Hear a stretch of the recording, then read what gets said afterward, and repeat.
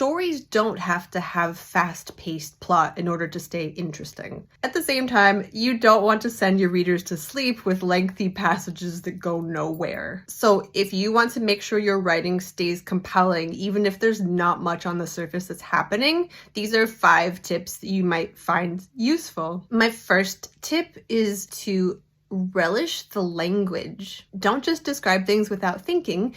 Do it as creatively as possible. Vibrant and creative and innovative language can do a lot to grab and keep a reader's attention. If you want to see how this is done, check out books by Vladimir Nabokov. He is the master of this. My second tip is to break up the story into smaller pieces. If you have very short and digestible chapters or sections in your story, these can add to the feeling of a faster pace. The writer Kurt Vonnegut is brilliant at this, so check out his works for an example. My third tip is you can feel free to skip ahead in time. Don't feel like you have to describe every tiny moment in painstaking detail. It might be enough for your story if you skip to the important bits, even if these are hours, days, or even longer apart. My fourth tip is to focus on writing very good, pacey dialogue. The writer Cormac McCarthy does this so well, and his dialogue lets him get away with a lot of very long-winded descriptive passages in his books, so check him out. And my final and fifth tip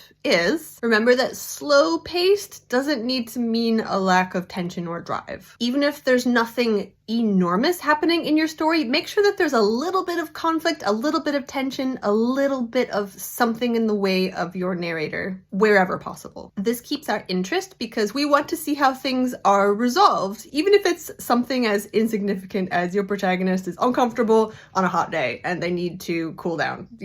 Give them something that they're working towards, even if it's very small, and you'll find that the pace of your story feels a lot quicker.